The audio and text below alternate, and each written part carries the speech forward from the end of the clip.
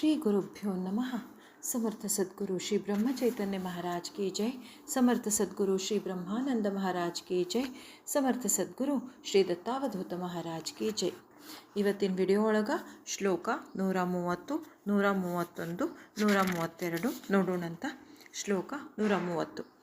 ಮನ ಅಲ್ಪಸಂಕಲ್ಪತೋ ಹೀನ ಸಾವ ಸದಾ ಸತ್ಯ ಸಂಕಲ್ಪ ಚಿತ್ತಿ ವಸಾವ ಜನೇ ಜಲ್ಪ ವಿಕಲ್ಪತೋ ಹಿ ತಜಾವ ರಮಾಕಾಂತ ಏಕಾಂತ ಕಾಲಿ ಭಜಾವ. ಭಾವಾರ್ಥ: ಹೇ ಮನಸ್ಸೆ, ಅಪೂರ್ಣ ಹಾಗೂ ಅಕುಂಠಿತವಾದದ್ದರ ವಿಷಯದಲ್ಲಿ ನಿಶ್ಚಯವಿರಬಾರದು. ಅದಕ್ಕೆ ಪ್ರತಿಯಾಗಿ ಪೂರ್ಣ ಹಾಗೂ ವಿಶಾಲವಾದದ್ದರ ಬಗ್ಗೆ ಮನಸ್ಸಿನಲ್ಲಿ ನಿಶ್ಚಯ ಹೊಂದಬೇಕು. ಸುಮ್ಮನೆ ಬಡಬಡಿಸಬಾರದು, ಸಂಶಯಕ್ಕೆ ಆಸ್ಪದ ಕೊಡಬಾರದು. ಏಕಾಂತದಲ್ಲಿ ಕುಳಿತು ಭಗವಂತನ ಚಿಂತನೆ ಮಾಡಬೇಕು. ಇಲ್ಲೇ ಗುರುಗಳ ವಿವರಣೆ ನೋಡಿದ್ರೆ ಗುರುಗಳು ಏನು ಹೇಳಲಿಕ್ಕತ್ತಾರಂದ್ರೆ, ನಾವು ಅಪೂರ್ಣ ಇದ್ದದ್ದು, ಈಗ ದೃಶ್ಯ ವಸ್ತುಗಳು ಕಾಣೋ ಯಾವುದೇ ನಮ್ಮ ಬ್ರಹ್ಮಾಂಡದೊಳಗೆ ಕಾಣೋ ಯಾವುದೇ ದೃಶ್ಯ ವಸ್ತುಗಳು ತಗೋರಿ, ಅವು ಅಪೂರ್ಣನೇ ಇರ್ತಾವೆ. ಯಾವುದೇ ಮನುಷ್ಯರನ್ನ ತಗೋರಿ, ವ್ಯಕ್ತಿಗಳನ್ನ ತಗೋರಿ, ಅವರೆಲ್ಲ ಅಪೂರ್ಣ ಇದ್ದಾರೆ. ಪೂರ್ಣವಾದದ್ದು ಯಾವುದದ? ಅದೇ ಭಗವಂತ ಅನ್ನೋದು ಪೂರ್ಣವಾದದ್ದು. ಯಾಕೆ ಹಿಂಗೆ ಹೇಳಲಿಕ್ಕತ್ತಾರಂದ್ರೆ, ನಮಗೆ ಯಾವುದ್ರ ಮೇಲೆ ಇದು ಅದ ಅಂತ ಶೋರ್ ಇರ್ತದೋ, ನಿಶ್ಚಯ ಇರ್ತದೋ, ಯಾವುದು ಇದು ಅಗ್ದಿ ಖರೆ ಅದಪ್ಪ ಅನ್ನೋದ್ರ ಬಗ್ಗೆ ನಮಗೆ ಅಗ್ದಿ ಆಸ್ಥಾ ಇರ್ತದೋ, ವಿಶ್ವಾಸ ಇರ್ತದೋ, ಅದ್ರ ಬಗ್ಗೆ ನಮ್ಮ ಮನಸ್ಸಿನಾಗ ವಿಚಾರಗಳು ಹೇಳ್ತಾವೆ.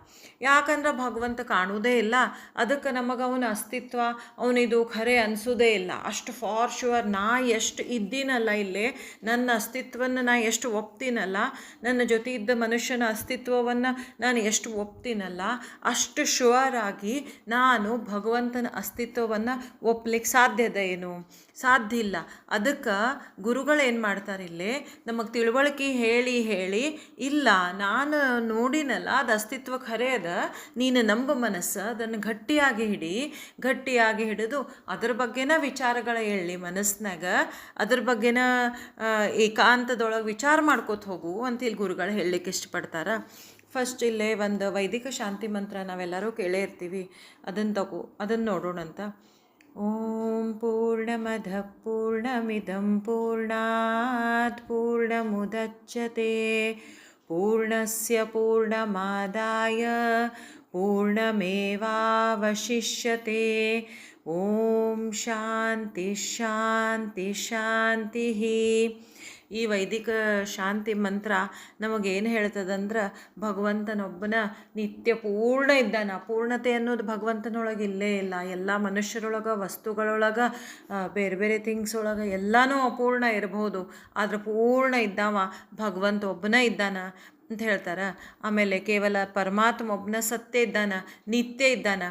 ಅವನ ಮನಸ್ಸೇ ನಿನಗೆ ಕಾಣಲಿಲ್ಲ ಅಂದ್ರೂ ಸಂತರ ಮೇಲಿನ ವಿಶ್ವಾಸ ಮಾಡಿ, ಭಗವದ್ಗೀತೆ ಮೇಲೆ ವಿಶ್ವಾಸ ಮಾಡಿ, ಮನಸ್ಸೊಳಗೆ ಪರಮಾತ್ಮನ ಗಟ್ಟಿಯಾಗಿ ಹಿಡ್ಕೊ. ಸಂಶಯ ಬಿಟ್ಟು ನನ್ನ ಮಾತನ್ನು ನಂಬಿ ಆ ಭಗವಂತನ ಏಕಾಂತದೊಳಗೆ ಭಜಿಸು ಅಂತ ಹೇಳಿ ಇಲ್ಲಿ ಗುರುಗಳು ಹೇಳಲಿಕ್ಕತ್ತಾರ. ಇಲ್ಲೇ ಒಂದು ಸಣ್ಣ ಕತೆ ನೆನಪಾಗ್ತದೆ. ಯಾವಾಗೋ ವಾಟ್ಸಪ್ ಯೂನಿವರ್ಸಿಟಿ ಒಳಗೆ ಕೇಳಿದ್ದು, ಒಂದು ತಾಯಿ ಗರ್ಭದೊಳಗೆ 2 ಟ್ವಿನ್ಸ್ ಇರ್ತಾವಂತ. ಟ್ವಿನ್ಸು ಒಂದಕ್ಕೊಂದು ಮಾತಾಡ್ತಿರ್ತಾವಂತ. ಒಂದು ಹೇಳ್ತದಂತ, ಆಯ್ತಪ್ಪ ನಾವಿಲ್ಲೇನೋ ಒಳಗಿದ್ದೀವಿ, ಸೇಫ್ ಮತ್ತು ಪ್ರೊಟೆಕ್ಟೆಡ್ ಇದ್ದೀವಿ, ಇಲ್ಲಿಂದ ಹೊರಗೆ ಹೋಗ್ಬಿಟ್ರೆ ಸಾಕು, ಮುಗೀತು, ಅಲ್ಲೇ ಲೈಫ್ ಅನ್ನೋದು ಇಲ್ಲೇ ಇಲ್ಲ ಅಂತ ಹೇಳ್ತದಂತ ಒಂದು. ಇನ್ನೊಂದು ಏನು ಹೇಳ್ತದಂತ ಬೇಬಿ, ಇಲ್ಲ ಹಂಗೆ ಹೇಳ್ತಿ, ಗೊತ್ತಿರಲಿಕ್ಕಿಲ್ಲಲ್ಲ, ಹೊರಗೂ ಲೈಫ್ ಇರಬಹುದಲ್ಲ, ಇಲ್ಲಿಂದ ನಾವು ಹೊರಗೆ ಹೋದ್ಮೇಲೂ, ಉಂಬಿನಿಂದ ಹೊರಗೆ ಜಗತ್ತಿಗೆ ಹೋದ್ಮೇಲೂ ಲೈಫ್ ಇರಬಹುದಲ್ಲ. ಅದಕ್ಕೆ ಮೊದಲೇದ್ದು ಕೇಳ್ತದಂತ ಬೇಬಿ, ಹಂಗೆ ಹೇಳ್ತೀನಿ ನೀನು, ಹಂಗಿದ್ರೆ ಯಾರು ಹೊರಗೆ ಹೋದವ್ರು ವಾಪಸ್ ಬಂದಾರ ಇಲ್ಲಿ ತನಕ? ಯಾರ್ಯಾರೂ ಬಂದಿಲ್ಲ, ಮತ್ತು ಹಂಗೆ ಹೇಳ್ತಿ ಅಂತ. ಅದಕ್ಕೆ ಇದು ಹೇಳ್ತದಂತ.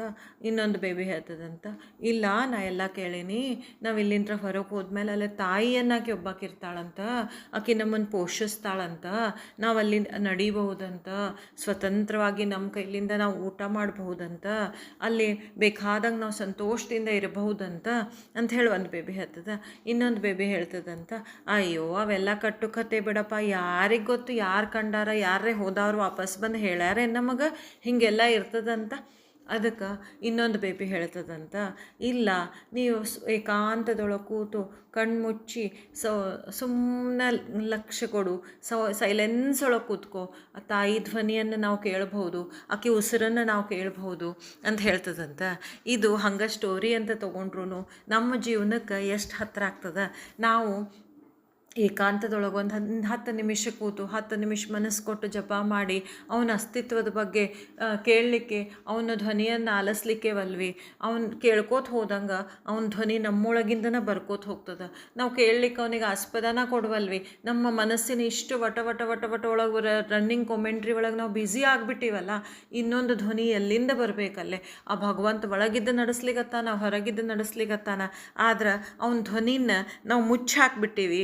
ಅದಕ್ಕೆ ಅವ್ರು ಹೇಳ್ತಾರೆ, ಒಂದು ಸ್ವಲ್ಪ ಕಾಲ ಏಕಾಂತದೊಳಗೆ ಕಳಿಯಪ್ಪ, ಎಲ್ಲ ಸಂಶಯ ಬಿಟ್ಟು ಎಲ್ಲನೂ ಬಿಟ್ಟು ಏನೂ ತರ್ಕಕ್ಕೆ ಇದು ಆಸ್ಪದ ಕೊಡ್ಲಾರ್ದನ ಸುಮ್ಮನೆ ಕೂತ್ಕೊಂಡು ಒಂದು 10 ನಿಮಿಷ ಭಗವಂತನ ಮೆಡಿಟೇಟ್ ಮಾಡು, ಅವನ ಧ್ವನಿ ಕೇಳಲಿಕ್ಕೆ ಸಾಧ್ಯ ಅದ ನಿನಗೆ ಅಂಥೇಳಿ ಗುರುಗಳು ಹೇಳ್ತಾರೆ. ಈಗ ನೋಡೋಣ ಶ್ಲೋಕ 131. ಭಜಾಯ ಜನಿ ಪಾಹತಾ ರಾಮಯೇಕೋ ಕರಿಬಾಣಯೇಕೋ ಮುಖಿ ಶಬ್ದಯೇಕೋ ಕ್ರಿಯಾ ಪಾಹತಾ ಉದ್ಧರೆ ಸರ್ವಲೋಕೋ ಧರಾ ಜಾನಕಿ ನಾಯಕಾತ್ಸಾ ವಿವೇಕೋ. ಭಾವಾರ್ಥ: ನಿಜವಾಗಿ ಹೇಳಬೇಕೆಂದರೆ ಭಕ್ತಿ ಮಾಡುವುದಕ್ಕಾಗಿ ಶ್ರೀರಾಮನಂಥ ದೇವರು ಜಗತ್ತಿನಲ್ಲಿ ಇಲ್ಲ. ಅವನು ಏಕಬಾಣ ಏಕವಚನನೆಂದೇ ಪ್ರಸಿದ್ಧನಾಗಿರುತ್ತಾನೆ. ಅವನ ಲೀಲಾಚರಿತ್ರೆಯ ಸರಿಯಾದ ಅವಲೋಕನ ಮಾಡಿದರೆ ಎಲ್ಲರ ಉದ್ಧಾರವಾಗುತ್ತದೆ. ಇಂಥ ಆ ಶ್ರೀರಾಮಚಂದ್ರನ ಚರಿತ್ರೆಯ ಆದರ್ಶವನ್ನು ಪ್ರತಿಯೊಬ್ಬನೂ ಕಣ್ಣು ಮುಂದೆ ಇಟ್ಟುಕೊಳ್ಳಬೇಕು. ಈಗ ಇಲ್ಲೇ ಗುರುಗಳು ಏನು ಹೇಳ್ತಾರಂದ್ರೆ, ನಮ್ಮ ಮನಸ್ಸಿಗೆ ಒಂದು ಆಧಾರ ಬೇಕು. ಶ್ರೀರಾಮನ ಆಧಾರ ಅಂತ ಹಿಡಿಯೋಣ. ಅಂಥ ದೇವರು ಬೇರೆ ಯಾರೂ ಇಲ್ಲ. ಶ್ರೀರಾಮನ ಆದರ್ಶ, ಶ್ರೀರಾಮಂದ ನೀತಿ ಧರ್ಮ ಅದನ್ನೆಲ್ಲ ಒಂದು ನಾವು ಮನಸ್ಸಿನಾಗ ಹಿಡ್ಕೊಂಡು ಅವನ ಲೀಲಾಚರಿತ್ರ ಕೇಳ್ಕೋತ ನಿನ್ನ ವಿವೇಕದೊಳಗೆ ಅವ್ರ ಚರಿತ್ರೆಯಿಂದ ನಿನ್ನ ಬುದ್ಧಿಯನ್ನು ಶುದ್ಧ ಮಾಡ್ಕೋ ಅಂತ ಹೇಳಲಿಕ್ಕೆ ಇಲ್ಲಿಗೆ ಹೇಳಲಿಕ್ಕತ್ತಾರ ಗುರುಗಳು. ಅಂದ್ರೆ ಲೀಲಾಚರಿತ್ರೆಯ ಅಭ್ಯಾಸ ಮಾಡು, ಭಗವಂತನ ಚರಿತ್ರೆ ಓದು, ಅದರದ್ದು ಸೇವನೆ ಮಾಡು ಅಂದ್ರೆ ಅದನ್ನು ಓದಿ ಅದನ್ನು ಮನಸ್ಸಿನಾಗ ತುಂಬಿಸ್ಕೋ ಅಂಥೇಳಿ ಹೇಳಲಿಕ್ಕತ್ತಾರ ಇಲ್ಲಿ ಗುರುಗಳು. ಈಗ ನೋಡೋಣ ಶ್ಲೋಕ 132.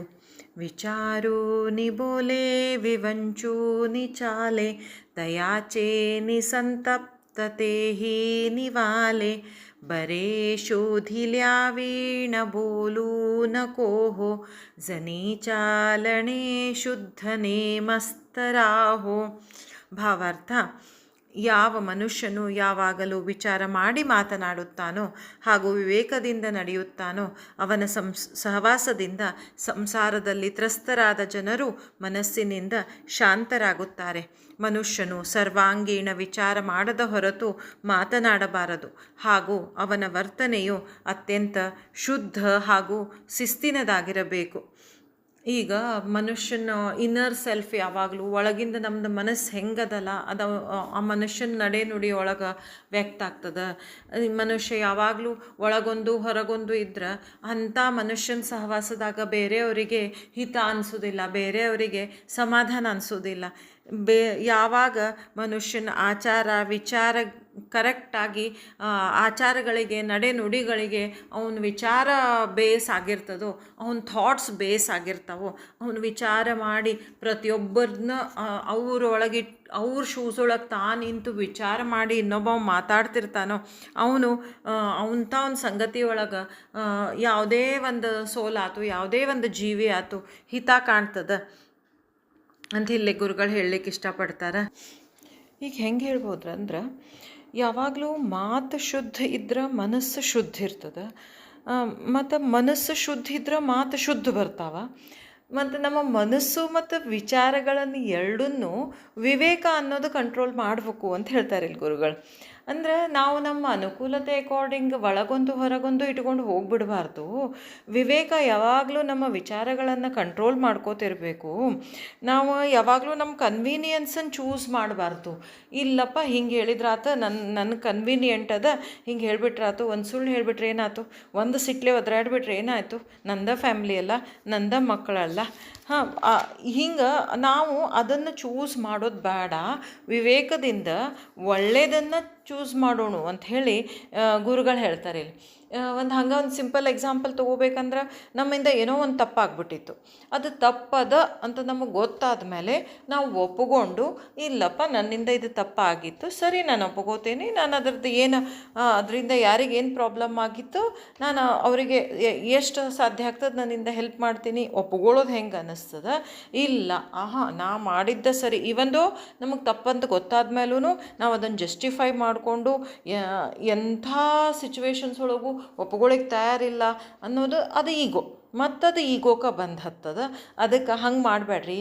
ವಿವೇಕದಿಂದ ನಿಮ್ಮ ಬುದ್ಧಿಯನ್ನು ಕಂಟ್ರೋಲ್ ಇಟ್ಕೋರಿ. ಯಾವಾಗ ನಿಮ್ಮ ಬುದ್ಧಿ ನಿಮ್ಮ ಕಂಟ್ರೋಲ್ ಒಳಗೆ ಬರ್ತದ, ಮನಸ್ಸಿನ ಗುಲಾಮರಾಗಬೇಡ್ರಿ. ಮನಸ್ಸನ್ನು ಯಾವಾಗ ನಿಮ್ಮ ಗುಲಾಮಾಗಿ ಇಟ್ಕೋತೀರಿ, ಅಂಥ ಮನುಷ್ಯ ತಾನು ಶುದ್ಧಿರ್ತಾನೆ. ಮನಸ್ಸು ಎಳೆದಲ್ಲೇ ಹೋಗೋದಿಲ್ಲ.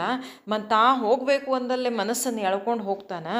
ಆವಾಗ ತಾನು ಶಾಂತ. ಯಾಕಂದ್ರೆ ಒಂದು ಗುಡ್ ಬಿಹೇವಿಯರಲ್ ಕಂಡಕ್ಟ್, ಒಳ್ಳೆಯ ಸದಾಚರಣೆ ಯಾವಾಗಲೂ ಮನಸ್ಸಿಗೆ ಒಂದು ಧೈರ್ಯನ ಕೊಡ್ತದೆ, ಮನಸ್ಸಿಗೆ ಒಂದು ಕಾನ್ಫಿಡೆನ್ಸನ್ನು ಕೊಡ್ತದೆ. ಹೌದು, ಸರಿ ಇದ್ದದ್ದು ಮಾಡಿದಾಗ ಮನಸ್ಸೂ ಒಂದು ತೃಪ್ತಿನ ಅನುಭವಿಸ್ತದೆ. ಅದಕ್ಕೆ ಇಂಥ ಮನುಷ್ಯ ತಾನು ಮನಸ್ಸನ್ನು ಶಾಂತತೆಯಿಂದ ಸಮಾಧಾನದಿಂದ ಇಟ್ಕೋತಾನೆ, ಮತ್ತು ತನ್ನ ಸುತ್ತಲಿದ್ದವ್ರಿಗೂ ಶಾಂತಿ ಮತ್ತು ಸಮಾಧಾನವನ್ನು ಕೊಡ್ತಾನೆ ಅಂತ ಗುರುಗಳು ಹೇಳಲಿಕತ್ತಾರ. ಓವರಾಲ್ ಈ ಮೂರೂ ಶ್ಲೋಕದ ಅರ್ಥ ಏನು ಹೇಳ್ತಾರೆ, ಏಕಾಂತದೊಳಗೆ ಭಗವಂತನ ಭಜಿಸು, ನಿನ್ನ ಮಾತಾಡೋಕ್ಕಿಂತ ಮುಂಚೆ ವಿಚಾರ ಮಾಡಿ ಮಾತಾಡು, ಸದಾಚಾರಣೆ ಇಟ್ಕೋ, ರಾಮನಂಥ ಆದರ್ಶ ಕಣ್ಣು ಮುಂದಿಟ್ಕೊಂಡು ಅವನಂಗೆ ನಡಿಲಿಕ್ಕೆ ಪ್ರಯತ್ನ ಮಾಡು. ಅಂದ್ರೆ ನಿಂದ ಸ್ಪಿರಿಚುವಲ್ ಜರ್ನಿ ಈಸಿ ಆಗ್ತದೆ. ಸ್ಪಿರಿಚುವಲ್ ಜರ್ನಿ ಒಳಗೆ ನೀ ಮುಂದೆ ಹೋಗ್ತೀಯ ಅಂತಿಲ್ಲಿ ಹೇಳಲಿಕ್ಕತ್ತಾರ ಗುರುಗಳು. ಜಯ ಜಯ ರಘುವೀರ ಸಮರ್ಥ.